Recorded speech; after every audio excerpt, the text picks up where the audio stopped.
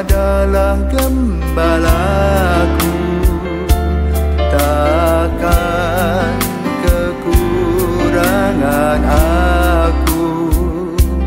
Ia membaringkan aku di padang berumput hijau.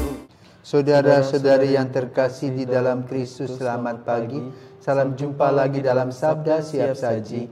Selasa 21 November 2023, peringatan Santa Perawan Maria dipersembahkan kepada Allah. Dalam nama Bapa dan Putra dan Roh Kudus. Amin. Amin.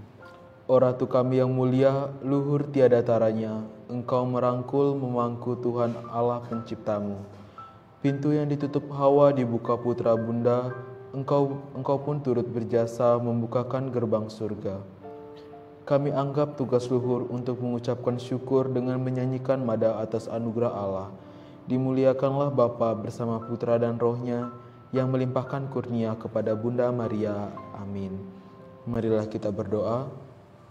Allah Bapa sumber rahmat dan kurnia, peringatan Santa Perawan Maria kami yang kami rayakan, semoga berkat doa dan permohonannya kami dipenuhi dengan rahmat-Mu demi Kristus Tuhan dan Juru Selamat kami. Amin. Tuhan bersamamu Dan bersama rohmu. Inilah Injil Yesus Kristus menurut Lukas. Dimuliakanlah Tuhan. Lukas 19 ayat 1 sampai dengan 10. Yesus memasuki kota Yeriko dan berjalan melintasi kota itu. Di situ ada seorang kepala pemungut cukai yang amat kaya bernama Sakeus.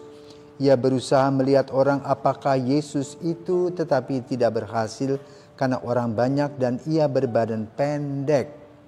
Maka berlarilah ia mendahului orang banyak, lalu memanjat pohon ara untuk melihat Yesus yang akan lewat di situ. Ketika Yesus sampai ke tempat itu, ia melihat ke atas dan berkata, "Sakeus, segeralah turun, sebab hari ini aku harus menumpang di rumahmu." Lalu Sakeus segera turun dan menerima Yesus dengan sukacita. Tetapi semua orang yang melihat hal itu bersungut-sungut, katanya, "Ia menumpang di rumah orang berdosa." Tetapi Sakeus berdiri dan berkata kepada Tuhan, "Tuhan, separuh dari milikku akan kuberikan kepada orang miskin, dan sekiranya ada sesuatu yang kuperas dari seseorang, akan kukembalikan 4 kali lipat." Kata Yesus kepadanya, "Hari ini terjadilah keselamatan atas rumah ini, karena orang ini pun anak Abraham. Anak manusia memang datang untuk mencari dan menyelamatkan yang hilang." Demikianlah sabda Tuhan. Terpujilah Kristus. Baik Romo, selamat pagi Romo. Pagi. Hari ini kan kita merayakan peringatan Santa Perawan Maria nih Romo. Saya mau tanya nih Romo, bagaimana sih latar belakang peringatan ini dalam gereja kita, gereja Katolik Romo? Selamat pagi para pirsawan. Juga pagi Len. Pagi Romo. Mempersembahkan anak kepada Tuhan adalah ungkapan iman. Dan itu dilakukan oleh orang-orang Yahudi terutama ketika lahir anak sulung. Dan biasanya 40 hari setelah kelahiran dipersembahkan. Sebagaimana Yesus dipersembahkan di Bait Allah ketika berusia 40 hari. Biasanya ya hanya dipersembahkan. Dalam peristiwa Yesus dipersembahkan di Bait Allah, ada sesuatu yang tidak biasa. Di mana Hana, Simeon yang menjaga Bait Allah itu dengan sukacita. Bahkan Simeon membuat kidung yang biasa kita nyanyikan pada malam hari ya. "Sekarang Tuhan, biarlah hamba-Mu berpulang dalam damai, sebab aku telah melihat keselamatan-Mu." Itulah kidung Simeon.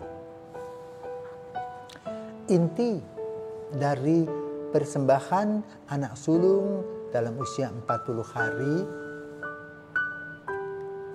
menjadi sebuah tradisi yang dibuat oleh Musa. Ya, dan sampai hari ini dilaksanakan dalam kehidupan orang-orang Yahudi. Lalu bagaimana gereja? Kita pada hari ini memperingati Maria dipersembahkan di Bait Allah.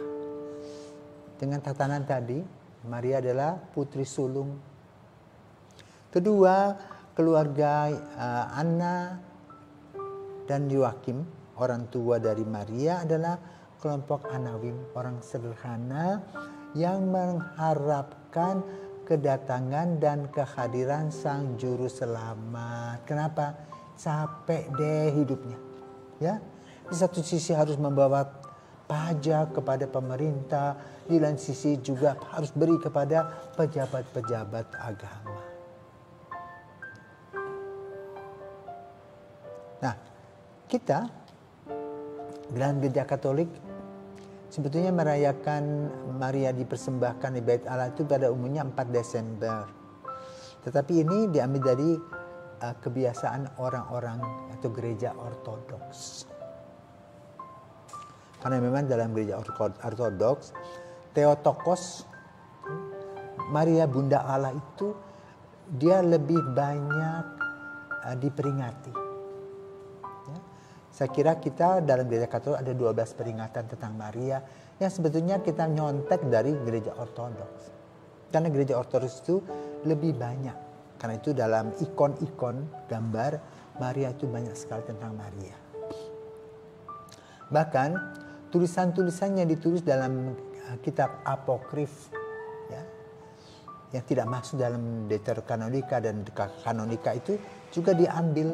Maka pada masa kepemimpinan Paulus ke-6, dia mengambil kitab apokrif itu, membaca dan menerbitkan ini peristiwa di mana kita pada hari ini memperingati Maria dipersembahkan di Bait Allah. Kuncinya adalah penghormatan dan penghargaan kepada Maria yang sudah dipilih oleh Tuhan sejak awal hidupnya.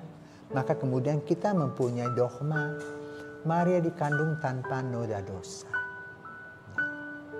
Baik. Ini peringatan kita pada hari ini. Sekarang kita menuju pada Injil yang diambil tentang Sakeus.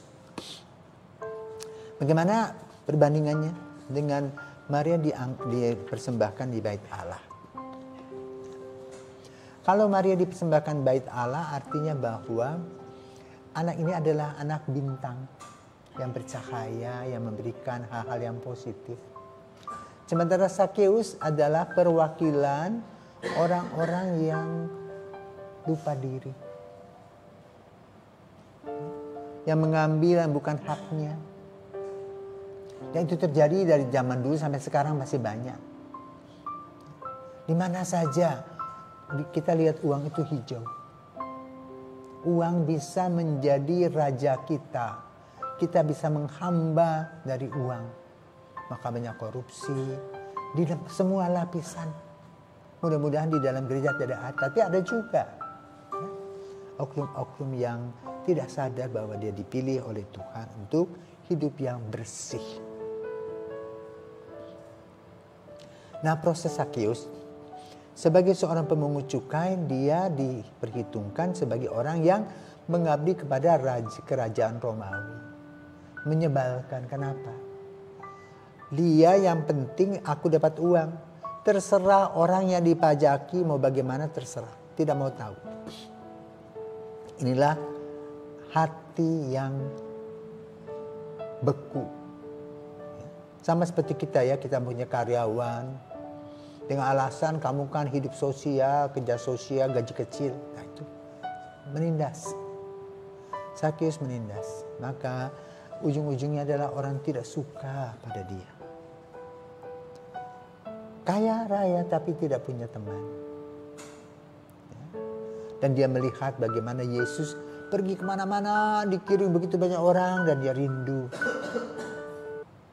Paling kurang nempel sedikitlah dengan Yesus supaya orang-orang juga datang kepada dia. Namun ternyata tidak berhasil. Namun dia punya akal yang sehat, yang pintar dia. Dia melihat Yesus tidak bisa dan naik ke pohon. Dan Yesus melihat. Nah, ini pewartaan Yesus. Kepada orang-orang yang tersesat, dia memberikan jalan. Maka jalan yang diberikan Yesus kepada Sakeus adalah apa? Undangan turun dari pohon karena dia mau makan di rumah.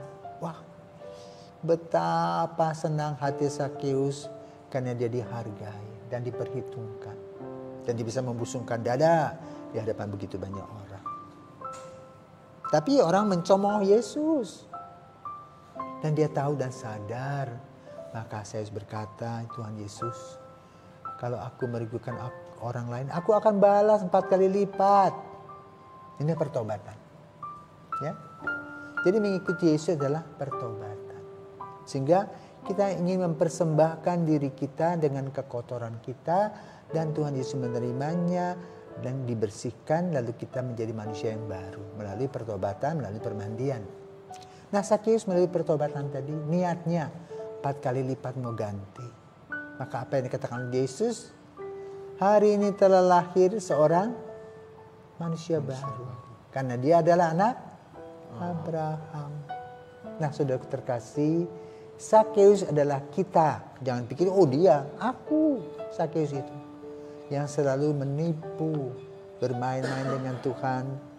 Ya, berjanji di mulut saja. Ya, kita tidak pernah repot dengan apa yang dikehendaki Tuhan. Kita hanya ikut apa yang kita kehendaki. Sehingga sering kita tersesat. Dan hidup kita merasa sepi. Hidup kita merasa tidak berarti. Kenapa? Tanpa Yesus hidup ini kosong dan hampa. Mari kita mengikuti semangat Yesus. Semangat Sakeus. Ya, yang datang mohon pertobatan dan pengampunan. Dan Yesus memberikan kepada hidup yang baru. Maka kalau sudah kita hidup baru, kita juga bisa mempersembahkan diri kita sebagaimana Ana, Santa Ana dan Santo Yoakim mempersembahkan Maria pada persembahannya. Selamat pagi, dan jangan lupa kita juga berdoa untuk Monsinyur Vincentius Sensi Potokota yang meninggal ya, tanggal 19 November di Jakarta di Sin Carolus. Dan beliau adalah Uskup Agung Ende. Dan Pasar termasuk sufragan dari Keuskupan Agung Ende. Maka kita juga berduka cita karena Uskup Agung kita wafat. Semoga Monsinyur Vincentius boleh berbahagia dalam keabadian bersama Bapa di surga. Amin. Selamat pagi.